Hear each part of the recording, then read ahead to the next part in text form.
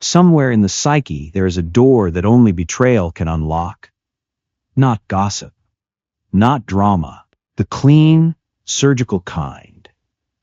The moment a lover, a friend, or your own better self collapses in your hands. When it happens, the world doesn't just hurt. It blackens. The alchemists called this nigredo, the first stage of the great work, when what looked solid rots back into raw matter. Persona peels off, certainty liquefies. And a question you don't want to ask rises from the dark. What if the traitor is not only outside you? What if every external Judas is magnetized by an inner Judas? An exiled instinct that sells your wholeness for 30 coins of comfort. Approval, control, numbness, being right. Tonight we don't rush to forgiveness, and we don't worship revenge. We enter the lab temple of the soul to extract the hidden gold treachery reveals, so you can break the spell, reclaim your life force, and stop repeating the same bargain. This is the dark night's threshold, where ego dies and something truer survives. There's an old account from the salt-stained libraries of Tyre, a torn page attributed to a furnace keeper named Ephraim. He was famous. That's the point.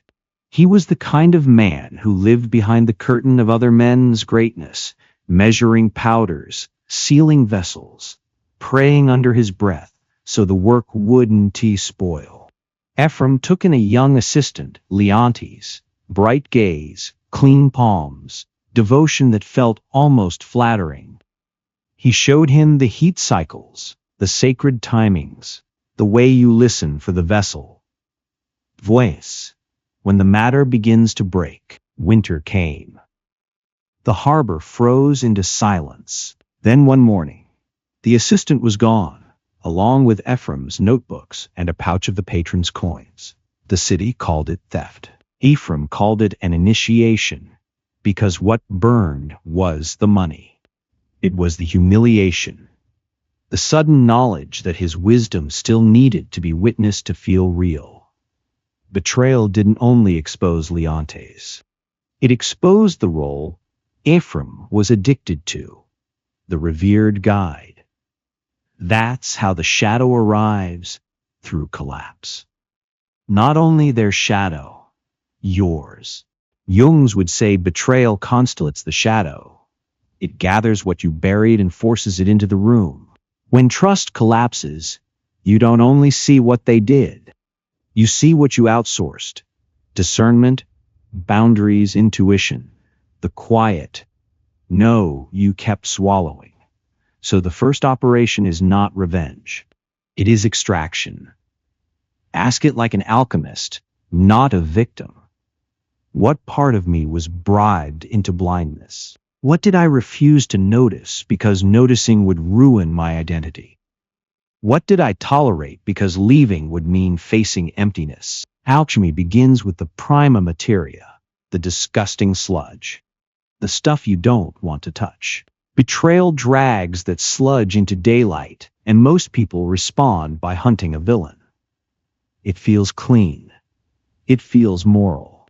It gives the ego a throne. But the great work begins the moment you realize the psyche is not a courtroom. It's a sealed laboratory.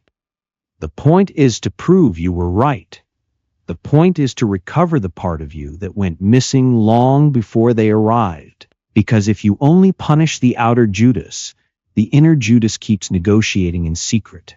In archetypal terms, Judas is only a person in a holy story. Judas is a function, the force that breaks a false unity so a truer wholeness can form. The psyche uses this function ruthlessly. If a paradigm has to die, life will arrange the knife. Sometimes the betrayer is a partner who shatters your fantasy. Sometimes it's a friend who exposes your naivete. And sometimes, most terrifying, it's you quietly returning to the habit you swore you buried. One more drink, one more message, one more compromise. 30 coins again. That's why betrayal feels spiritual. It collapses the idol and reveals the bargain. It shows you precisely where your freedom has been rented out. And once you see the contract, you can burn it. The mystics called this sacred suffering for a reason. Pain becomes holy when it ends the lie. But to reach that holiness, you have to stop asking the childish question, why did they do this to me? And start asking the initiatory one, what illusion in me required a violent correction? What mask was I feeding?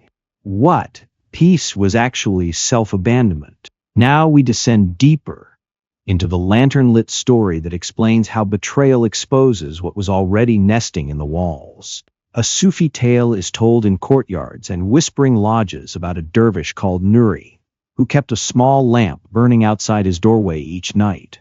Travelers thought it was kindness. Disciples called it devotion. But the lamp had another purpose.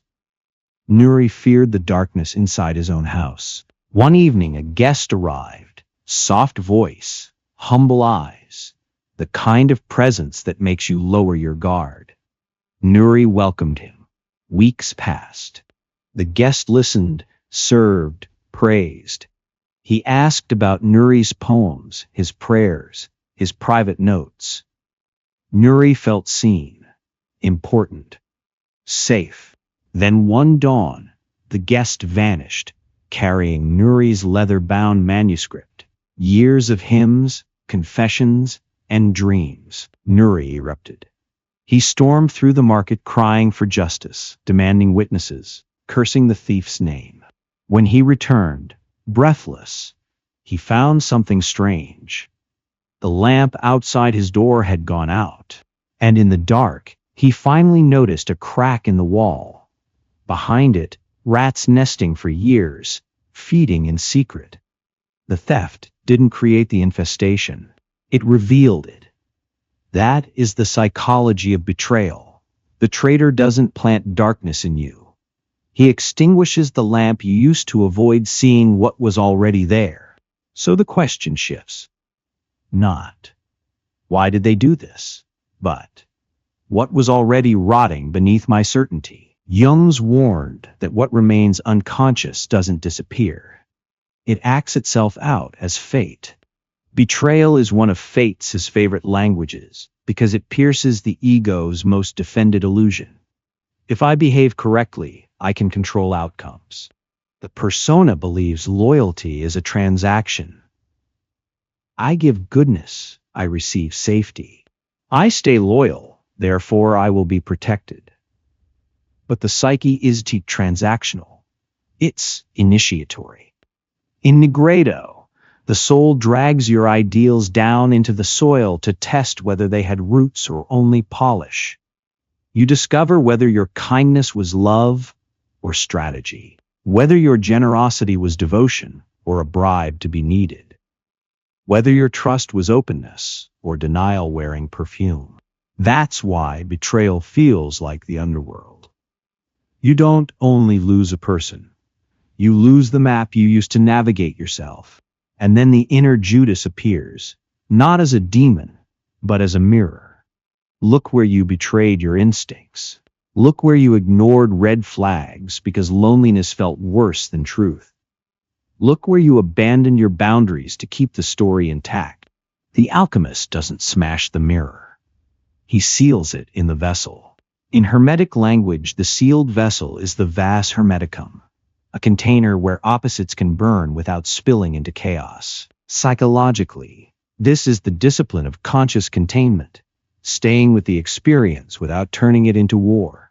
Because betrayal tempts you into two addictions. First, vengeance, which keeps you tethered to the betrayer, feeding them your life force through obsession. Second, premature forgiveness, which is often just fear of your own anger, a spiritual costume worn by avoidance. Both are evasions. The great work asks for a third posture. Hold the tension. Let grief speak. Let rage speak. Let humiliation speak, not to worship them, but to decode them. Here's the occult fact most people miss.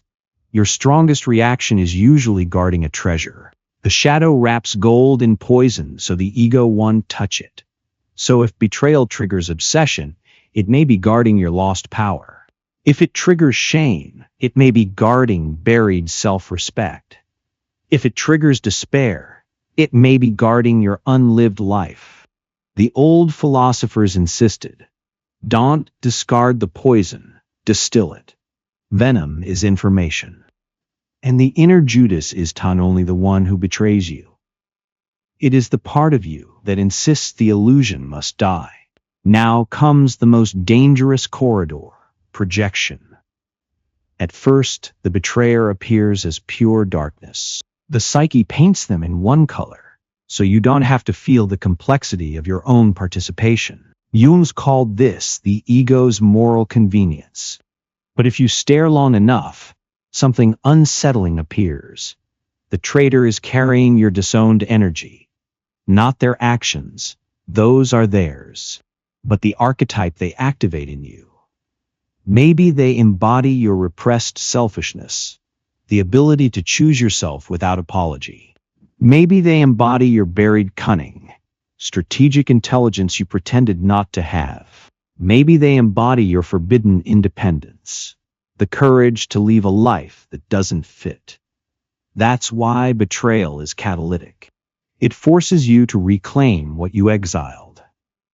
In alchemy, after blackening comes separatio, the separating of elements. You divide fact from fantasy, reality from interpretation. There's sin from your lesson. Write it like an alchemist, cold and precise. What exactly happened? Observable facts only. What did I assume would never happen? What did I ignore because it threatened my identity? This is where the spell breaks. When you stop narrating and start seeing. And once you see, the next myth arrives. About a man who wore truth like jewelry until betrayal removed the charm. Late antiquity tells of a wandering philosopher named Severian who wore a small iron key on a chain at his throat. He claimed it opened the door of truth. Students crossed deserts to see it. Patrons offered him cloaks and coins.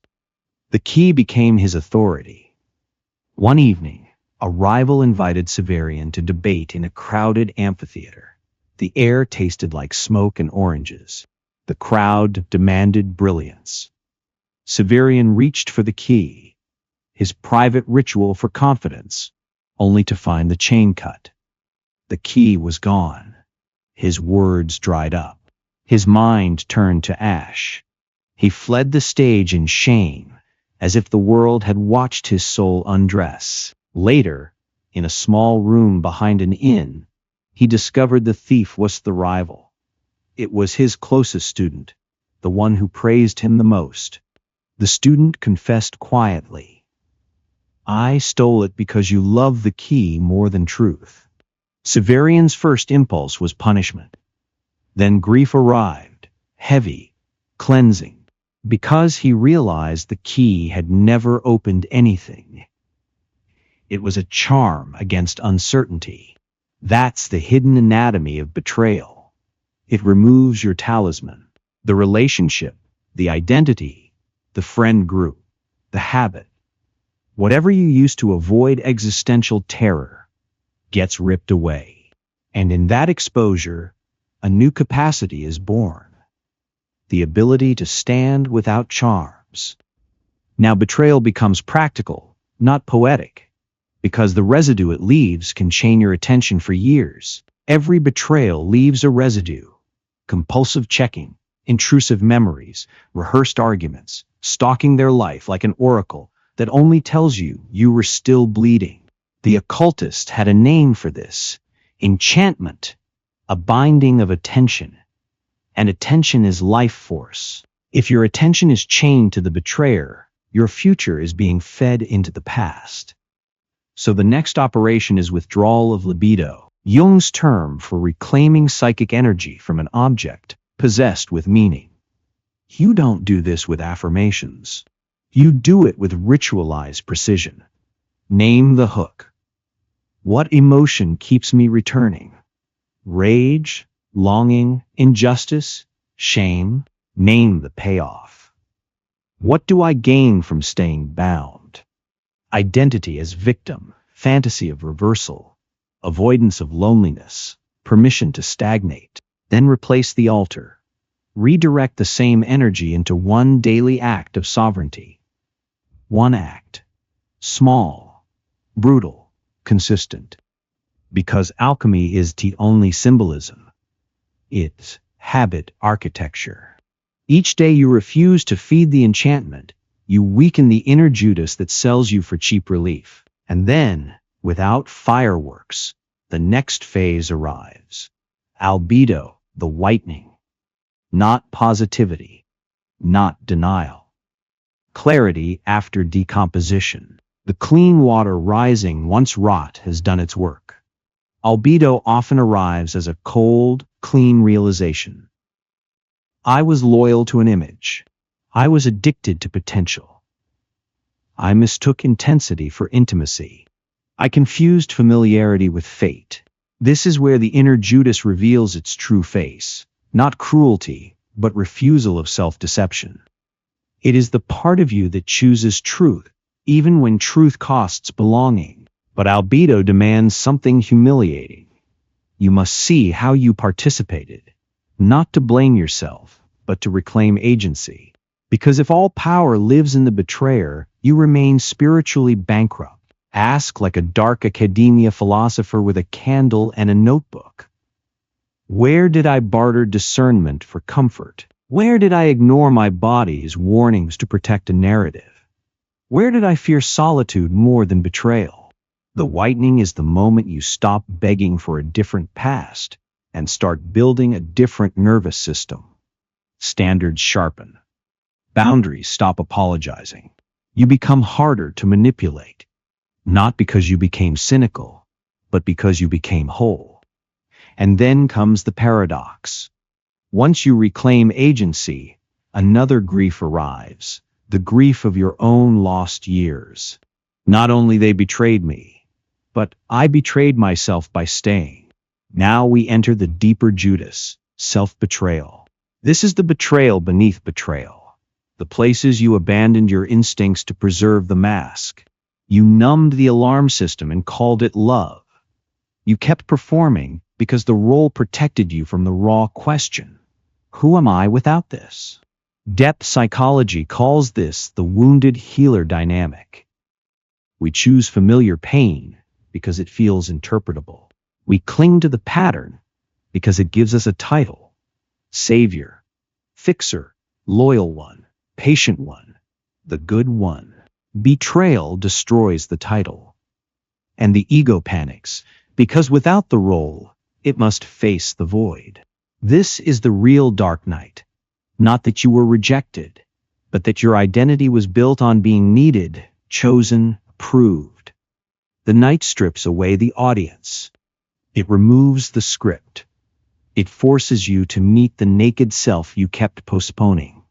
Here the work becomes simple and severe. Grief without theater. Quiet mourning. Honest inventory. No dramatic speeches to people who don't deserve your voice. No turning the funeral into content. You let the old self die. The Sufis called this fana. Annihilation of the false. Not because life is cruel, but because truth is exact. And after fana comes the question, what returns? Hermetic iconography answers. After purification comes conjunctio, the union of opposites. Conjunctio is the alchemical marriage, not romance, but integration. Betrayal splits you at first. One part hardens into suspicion, another aches for softness. One part wants to close forever, another still believes in devotion. If you pick one side, you become fragmented, either naive again or bitter forever. Conjunctio is a higher skill. Tenderness with boundaries. It looks like this. You can love, but you verify. You can forgive, but you don't return to the same altar. You can feel compassion, but you don't abandon discernment. Jung's called this the transcendent function, a third stance that holds tension between opposites until a new synthesis emerges. And something surprising happens. The betrayer stops being the center of your myth. They shrink back to human scale. Not demon, not destiny. Just a person who played a role in your initiation. Your attention returns to its rightful task, building a life that does not require self-betrayal to be sustained. Now we approach rubedo, the reddening, the phase of embodiment, because insight without behavior change is just aesthetic philosophy. Rubedo asks, what does this initiation demand of your daily habits? Because the inner Judas rarely appears as a dramatic villain. Most days it shows up as a small trade, 30 coins again. Rubedo is where the teaching becomes flesh. The inner Judas shows up as a small bargain. One more drink to silence the memory. One more message to the unreliable person. One more hour of scrolling instead of facing the emptiness. One more compromise. Just this once. 30 coins. Again and again. So here is the daily alchemy. Simple. Ruthless. Effective. Name the temptation the moment it arrives. No romance. No poetry. Just accuracy. Delay it by 7 minutes. Short enough to be doable, long enough to break possession. Transmute the energy into form. Walk, cold water, journaling, prayer, lifting, cleaning. Anything that returns you to the body. This is teach self-help. It's cult discipline in the original sense. Cultivation. Redirecting libido into structure. Replacing the old altar with a new one. Rubedo is when you stop asking, why did this happen? And start asking, what kind of person must I become so this pattern cannot find me anymore? And there's one final test, subtle, seductive, and almost everyone fails it at least once. The desire to interpret betrayal as proof that you are unlovable, cursed, or chosen for suffering. That interpretation is the last chain. Now we close the circle. Neoplatonic descent and return. Fana and Baka. The philosopher's stone as integrity. The final chain is meaning-making that turns initiation into a sentence. This happened because I'm unlovable. I'm foolish. I'm doomed to repeat. That is not wisdom. That is enchantment. In Neoplatonic terms, betrayal is a descent into multiplicity, the shattering of the one you thought you had. But the return is possible, not back to innocence, but upward into unity through knowledge. This is where the inner Judas becomes an ally. It teaches you the difference between devotion and addiction, sacrifice and self-erasure, love and the hunger to be saved. And if you listen closely, the wound carries a clean message. You were not betrayed to destroy you. You were betrayed to show you where you were already divided, where you wore a mask to earn closeness, traded truth for belonging, confused pain with proof. When you integrate that lesson, you don't become cold. You become accurate. You stop begging at altars that require you to shrink. That is the philosopher's stone, not invulnerability, but integrity. So betrayal becomes a doorway, not the end of your story, but a signal. Another layer of illusion is ready to burn, and beneath it, another vein of gold is waiting.